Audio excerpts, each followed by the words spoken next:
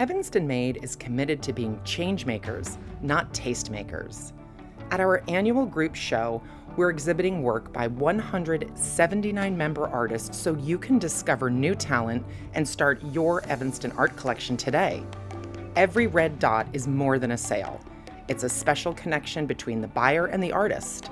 It's empowering, community building. You know, we've had some powerhouses on the show to celebrate our arts here. So, you know, we've had Paula Danoff from the Evanston Art Center. We've had Leah and Dustin, who do a lot of the murals that we see. But we got a force in this room in the art community that keeps it alive, especially during the pandemic when everybody was kind of shut in. This woman kept the community going. Absolutely, I have nothing but respect for Lisa Degliantoni. We call her Lisa D. So let's bring up Evanston Made's Lisa D.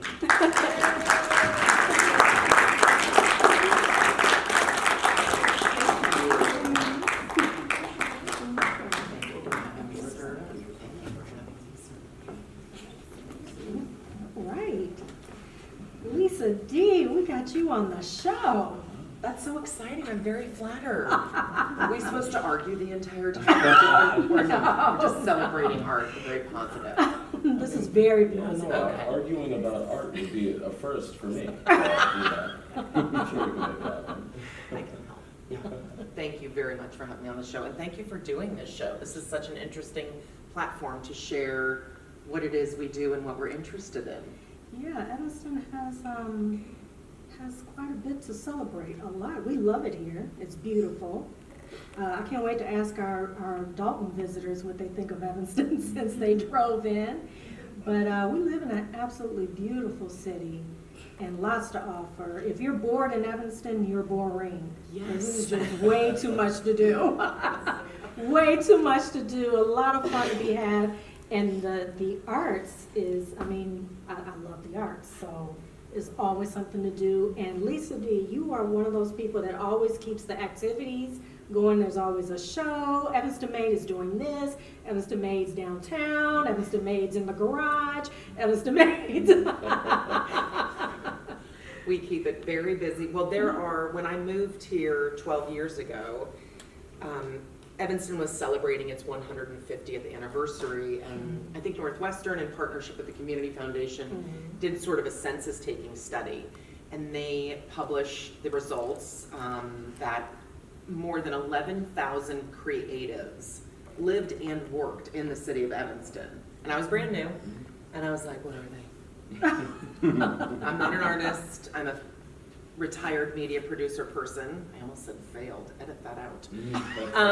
And I wanted to redirect and help people, and I really like artists, and so I wanted to help artists. And I thought, oh, there's 11,000 artists according to this study, but where are they? There was really not, I felt, a lot of visibility.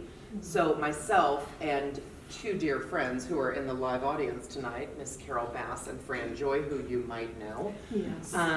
We were appointed to the Arts Council and together began 6 years of service for the arts in Evanston. Snaps for anyone who volunteers their time for the city of Evanston. And we really began looking at this landscape of Evanston's creative community through the lens of what can we do more to bring visibility and awareness for it, because we know it's there, we just can't see it and engage with it in a way that was very easy. And that was sort of what we're celebrating this weekend is the 10th anniversary of Evanston Made, which started from a very simple, let's just have a studio tour.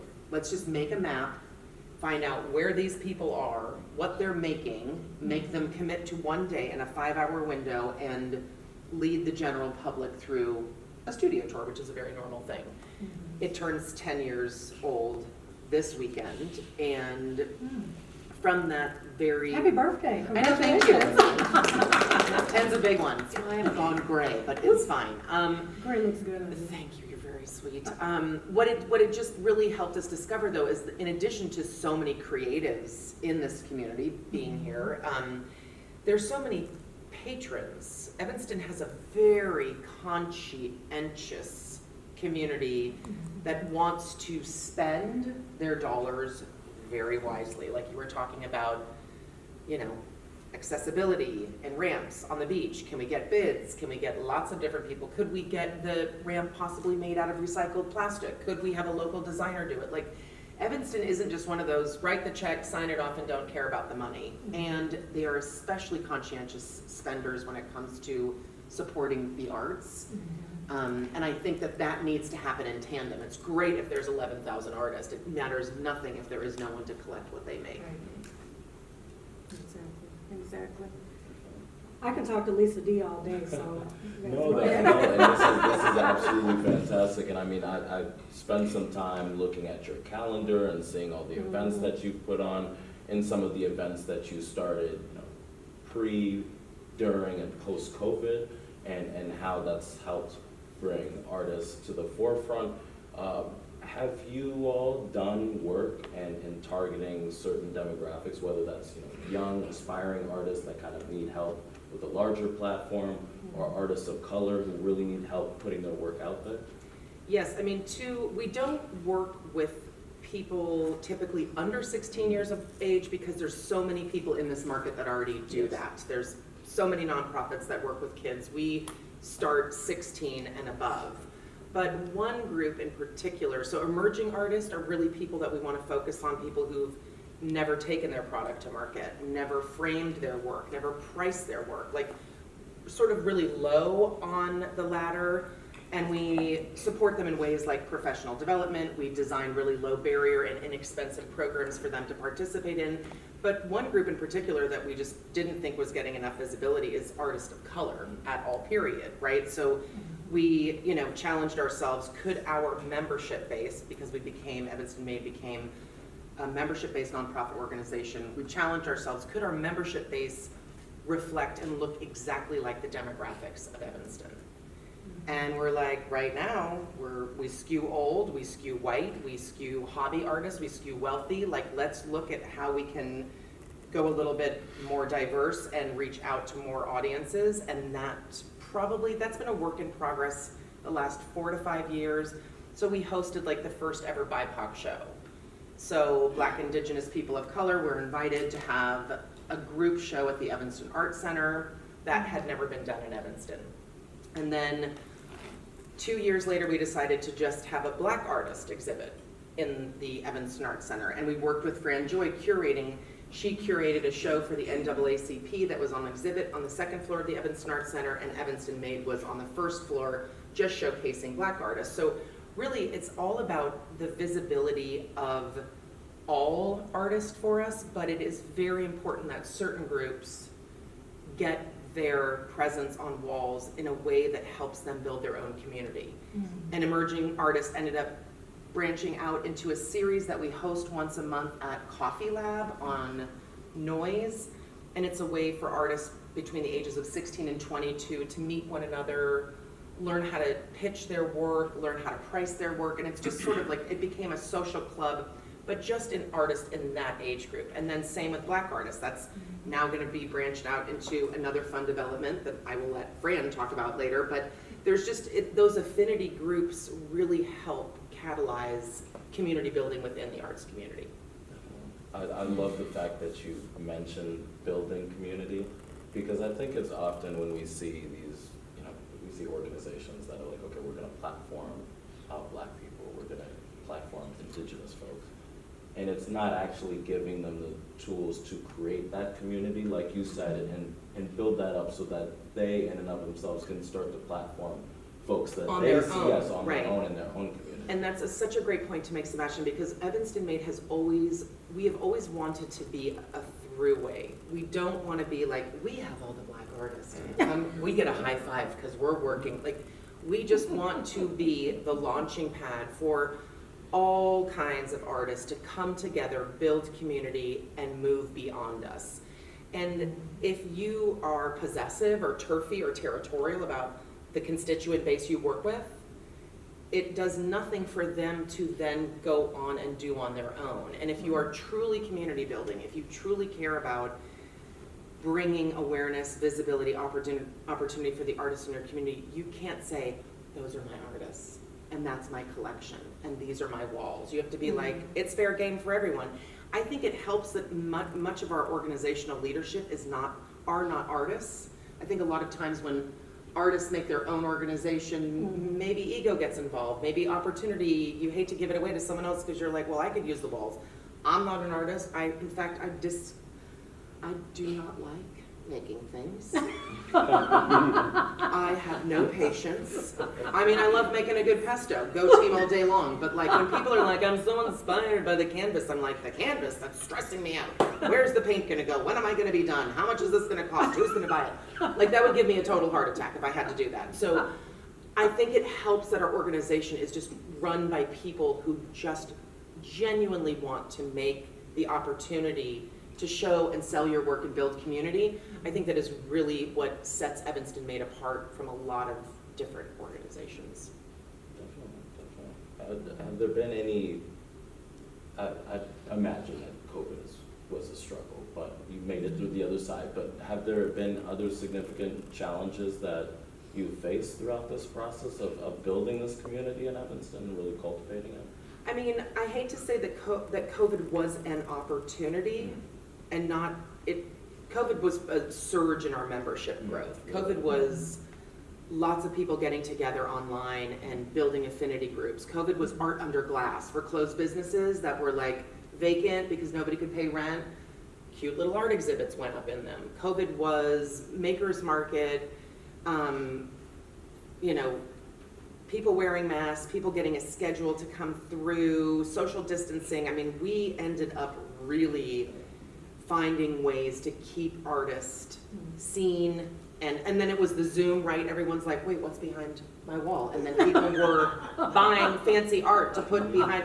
Like it was just this unbelievable, and then art became like the thing that unified us and kept us all alive. Challenges, I would say, with art mainly come from economic downturns.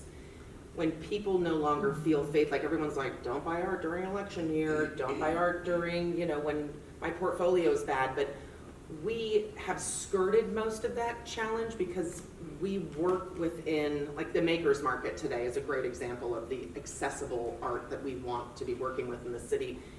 You can purchase art from $500. We're not blue chip $25,000. Like there's a fundraiser right now. Artsy is doing a fundraiser for Kamala, and it's an online sales platform, but of really high-end blue chip art, and some of the pieces are $63,000. Wow. The game that we are in is community, right? We want to make art accessible, and a lot of our artists are just showing for the first time. So challenges, I would say, are more around, is art trendy? Are people finding it interesting?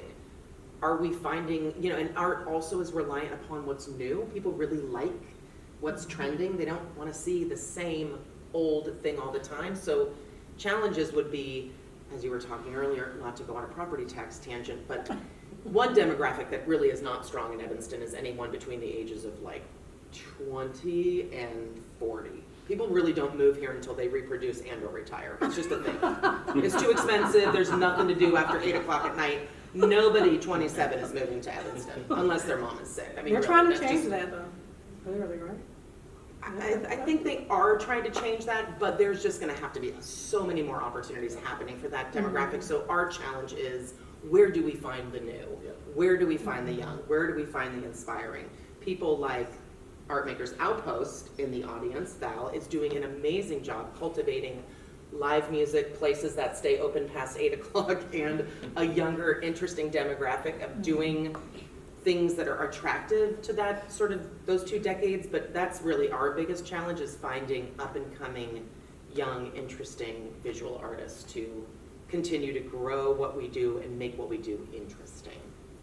Lisa D, what can people do to support you? Because oftentimes people, like we've spoken to Paula Danoff and Leah and Dustin, it's like needing more What support. do they say? What did are they like $20,000? Am I supposed to say that? If someone has gone through the arduous process of making a body of work and then showing it, just showing up. If someone has written the lyrics to the song and they're having a performance, just show up. You don't have to buy the album, you don't have to dance more than anybody else, but really showing up for artists gives them the permission and the confidence and the validation that they should continue to pursue that thing. No one shows up and you're like, okay, That's all I needed to know. I'm not going to do this anymore. I mean, it's one thing to buy the art because yes, then they have more materials, and buy the album, they can, you know, afford more recording session, but just physically showing up is an incredible validation. So I'm always supposed to say $20,000 check. No, just come to the events and the programs that we design in service of artists, and anytime you see something that is listed as an upcoming event, just try your best, you know. And another challenge post-COVID is everyone's like, I can stay home in my jammies. Netflix wins every time. You know, there's some new fun series and you're like, why do I have to? But really showing up is the best thing that you can do, I think, for the arts and artists. Fill the seats. And you have memberships for Evanston Made. And we have memberships for Evanston Made. We're like 400 members. We're like, let's make a membership thing. Maybe 10 people will join. Membership drive. Oh my gosh, membership drive. It's so much. And then people are like, but I'm not an artist. Can I join? And I'm like, I'm not an artist and I run the joint. Yes, you can join. It's just a matter, again, of like numbers and showing people that we have, you know, the ability to attract more than just a couple of those arts patrons or just a couple of those artists. So we're doing a 10-year anniversary. So the fundraiser is give $10 to Evanston Made, and then everything we do accompanies that 10 themes. So at the studio tour, we did go visit 10 studios and enter a raffle. For the membership drive, we're making it very affordable. So we're like trying to get 10 volunteers to recruit 10 members each. Like we're trying to sort of bring all that together around the 10. We appreciate everything that you do in Evanston, Lisa D. You do so much. Thank you. And you're nonstop. This woman is nonstop. She does In fact, I not have to sit down. She does not sit down. But thank you so much for Thank you coming for out having and me. supporting us. And I'll see you next I'll see Wednesday. you Wednesday. Yeah. Thank you so much for having me. Of course. This was really fun. Yeah, and sharing your story, 110%. Absolutely. You are Lisa D. Evanston Made.